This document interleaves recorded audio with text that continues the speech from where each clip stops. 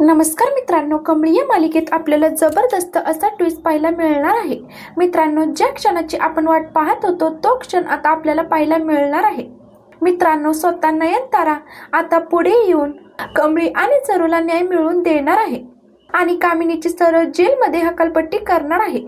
पण ते सगळं काही कसं घडतं हे आपण या व्हिडिओमध्ये जाणून घेणार आहोत. त्यामुळे व्हिडिओ शेवटपर्यंत नक्की पहा आणि चॅनलवर नवीन असाल तर चॅनलला नक्की सबस्क्राईब करा. चला तर मग व्हिडिओला सुरुवात करूया. मित्रांनो, ज्या वेळेला कामिनी रागिनी नयनताराची माफी मागण्यासाठी आणि तिला बिझनेसमध्ये परत घे हे सांगण्यासाठी नयनताराच्या घरी आलेली असतात, त्यावेळेला मात्र सरू खूपच घाबरलेली असते. सरू दार उघडायला जाते, पण दाराच्या फटीतून कामिनी रागिनीला पाहून सरू काही दार उघडत नाही आणि हे सगळं काही नयनतारा नोटीस करते. सरू दुसऱ्याच कोणाला तरी दार उघडायला सांगते. नयनतारा आता मनात विचार करते आणि म्हणते, या साधना मावशी असं का वागत असतील? मागच्या वेळेला जेव्हा कामिनीकडे आली होती तेव्हा सुद्धा यांनी दार उघडलं नव्हतं आणि आता सुद्धा उघडलं नाही. नक्की या कामिनीला इतकं का घाबरत असतील? आता मला हे शोधून काढायलाच पाहिजे. कामिनी रागिनी नयनताराची माफी मागतात आणि नयनताराला म्हणत असतात की नयनतारा, चुकलं आमचं, तू प्लीज आम्हाला बिझनेस मधून बेदखल करू नकोस. अगं, आमच्या हातून खूप मोठी चूक झाली. चूक नाही तर आम्ही गुन्हा केलाय. तू प्लीज आम्हाला एकदा माफ कर. पण नयनतारा काहीच ऐकत नाही आणि तिथून निघून जाते. आता नयनताराच्या डोक्यात असतं ती म्हणजे साधना. या साधनाचं नक्की काय भूतकाळ आहे, तिचं नक्की काय चालू आहे आणि ती कामिनीला बघून एवढी का घाबरते ते नयनताराला आता शोधून काढायचं असतं. नयनतारा सरूला बोलवून घेते आणि सरूला म्हणते, साधना मावशी, मी तुम्हाला साध्या सरळ भाषेत विचारते. मी तुम्हाला साध्या सोप्या भाषेत विचारते. मला माझ्या प्रश्नांची उत्तरं द्या. त्यावर सरू म्हणत असते की काय झालं मॅडम, माझं काही चुकलं का हो? त्यावर नयनतारा म्हणते की साधना मावशी, तुमचं काही चुकलेलं नाही, पण मला तुमच्यावर शंका येते. तर सरू म्हणत असते की मॅडम, मी काही बी नाही केलं. माझं काही चुकलं असेल तर तुम्ही सांगा, तुम्हाला कसली शंका येते? तर नयनतारा साधनाला म्हणत असते की साधना मावशी, हे बघा, मागच्या वेळेला जेव्हा कामिनी इकडे आली होती तेव्हा सुद्धा तुम्ही खूपच घाबरला होता आणि तेव्हा सुद्धा तुम्ही दार उघडलं नाही आणि आता सुद्धा नाही. मला जाणून घ्यायचं आहे की तुम्ही त्या कामिनीला एवढं का घाबरता. मला सत्य काय आहे ते जाणून घ्यायचंच आहे. सरू म्हणत असते की म्या नाही, मला काहीतरी काम आठवलं म्हणून मी दार उघडलं नाही. तर नयनतारा म्हणत असते की साधना ताई, मला खोटी कारणं देऊ नका. तुम्हाला तुमचं जवळचं कोणी असेल ना, त्यांची शपथ आहे तुम्हाला, खरं काय ते सगळं काही सांगा. सरू मनात विचार करते आणि म्हणते, अरे देवा, यांनी तर मला कमळीची शपथ दिली. आता मी काय करू? देवा, कुठल्या संकटात टाकलंच रे मला.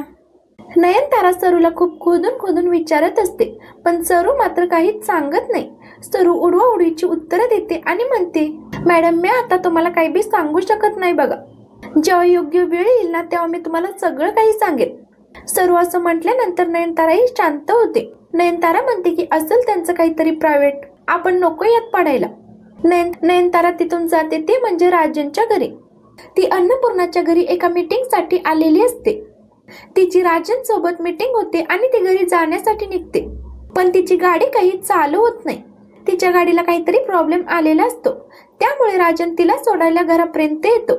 राजन नयनताराला घरी सोडतो आणि तो त्याच्या पाकिटातून काहीतरी काढत असतो. तो पाकिटातून काहीतरी काढताना त्याच्या पाकिटातून एक फोटो खाली पडतो. राजन काही त्या फोटोकडे लक्ष देत नाही आणि तो तसाच तिथून निघून जातो. नयनतारा तो फोटो उचलते आणि ते राजनला थांबवण्याचा प्रयत्न करते, पण राजनला काही ऐकायला जात नाही. राजन तसाच पुढे निघून जातो. तारा तो फोटो बघते तर काय, तो फोटो राजन आणि त्याच्या पहिल्या बायकोचा असतो. तो फोटो पाहून मात्र नयनताराला खूप मोठा धक्का बसलेला असतो, कारण राजनची पहिली बायको आपल्या घरात स्वयंपाकीण म्हणून काम करत आहे. हा धक्का तिला काही सहन होत नाही. नयनतारा तो फोटो घेते आणि घरात येते. नयनतारा सरूला बोलवते आणि तिला तो फोटो दाखवते. तो फोटो पाहून मात्र सरू खूपच घाबरते. सरू थरथरतच म्हणत असते की मॅडम, हा फोटो तुमच्याकडे कसा आला? तर नयनतारा म्हणत असते की ते महत्वाचं नाहीये, मला आधी सांगा की या फोटोतली बाई तुम्हीच आहात का? त्यावर सरू मात्र घाबरूनच हो म्हणते. ते ऐकून नयनताराला मात्र एकदम धक्का बसतो आणि ती म्हणते, म्हणजे राजनची पहिली बायको तुम्ही आहात? मग तुमची अशी अवस्था का झालीये? आणि तुम्हाला एक मुलगी आहे, ती मुलगी कुठे आहे? त्यावर सरू सगळं काही सांगायला सुरुवात करते. सरू आणि राजनचं लग्न झाल्यानंतर कामिनी ही त्यांच्यावर जळत होती, कारण तिला तिच्या मुलीचं लग्न राजन सोबत लावून द्यायचं होतं. तिचा राजनच्या प्रॉपर्टीवर डोळा होता, म्हणून तिने गुंड धाडून मला आणि माझ्या मुलीला मारण्याचा प्रयत्न केला. आता ही मागे गावाकडे तिने गुंड पाठवली होती, म्हणून मी माझ्या मुलीला आणि मला तिच्यापासून वाचवण्यासाठी इतकी वर्ष गावाला लपून राहिले. ती खूपच डेंजर बाई आहे, ती कुठल्याही थराला जाऊ शकते. माझ्या मुलीच्या जीवाला तिच्यापासून धोका आहे. हे सगळं काही ऐकून नयनताराच्या पायाखालची मात्र जमीन सरकते. तिला कामिनी आणि रागिनी कशा आहेत हे कळलेलं असतं. त्यावर नयनतारा म्हणत असते की घाबरू नका ताई, मी तुमची मदत करेन. तुम्ही फक्त मला एवढंच सांगा की तुमची मुलगी कुठे आहे. त्यावर सरू म्हणत असते की मॅडम तेच तर मला माहिती नाहीये ना, मी माझ्या मुलीला गावाकडून इकडे भेटायला आले, पण ती काही मला अजून सापडली सुद्धा नाहीये. मला तिचा पत्ता सुद्धा माहिती नाहीये. नयनतारा सरूला सोफ्यावर बसवते, तिला पाणी देते आणि तिला धीर देत असते. सरू मात्र खूपच रडत असते. तेव्हा मात्र नयनतारा सरूला वचन देत म्हणत असते, साधना ताई, मी तुम्हाला तुमचा न्याय मिळवून देईन. या रागिनी आणि कामिनीला तर शिक्षा नक्कीच होणार. आपण दोघे मिळून त्यांचा पर्दाफाश करू. मी तुम्हाला राजनच्या बायकोचा मान मिळवून देईल. तुम्ही काहीही काळजी करू नका. त्यावर सरू म्हणत असते की नाही मॅडम, मला मान वगैरे काहीच नको, मला फक्त माझी मुलगी सुखरूप हवी आहे. त्यावर नयनतारा तिला समजावून सांगते आणि म्हणते तुम्ही घाबरू नका, तुमच्या मुलीला सुद्धा काहीच होणार नाही आणि त्या कामिनीलाही शिक्षा होईल. असं काहीतरी मी करेन, त्यामुळे तुम्ही टेन्शन अजिबात घेऊ नका. नयनतारा सरूला समजवते आणि तिला आराम करायला सांगते आणि म्हणत असते की काही काळजी करू नका. जोपर्यंत तुमची मुलगी तुम्हाला भेटत नाही आणि त्या कामिनीचा पर्दाफाश होत नाही आणि राजन तुम्हाला तुमच्या बायकोचा मान देत नाही, तोपर्यंत तुम्ही इथे निवांत राहा. त्यावर सरूही हो म्हणते. तर दुसऱ्या दिवशी सकाळी सरू लवकर उठते, तयार होते आणि ती स्वयंपाकघरात येते. तेव्हा तिथे राधिका सुद्धा असते. सरू राधिका दोघे मिळून छान स्वयंपाक करत असतात आणि तेवढ्यात तिथे दारावरची बेल वाजते आणि कमळी आलेली असते. कमळीचं ऋषीकडे काहीतरी अर्जंट काम असतं, त्यामुळे ती आलेली असते. कमळी ज्या वेळेला हॉलमध्ये येते तेव्हा ती सरूला पाहते. सरूला तिथे पाहून कमळीला मात्र खूपच आनंद होतो. ती धावतच जाऊन सरूला मिठी मारते आणि रडू लागते.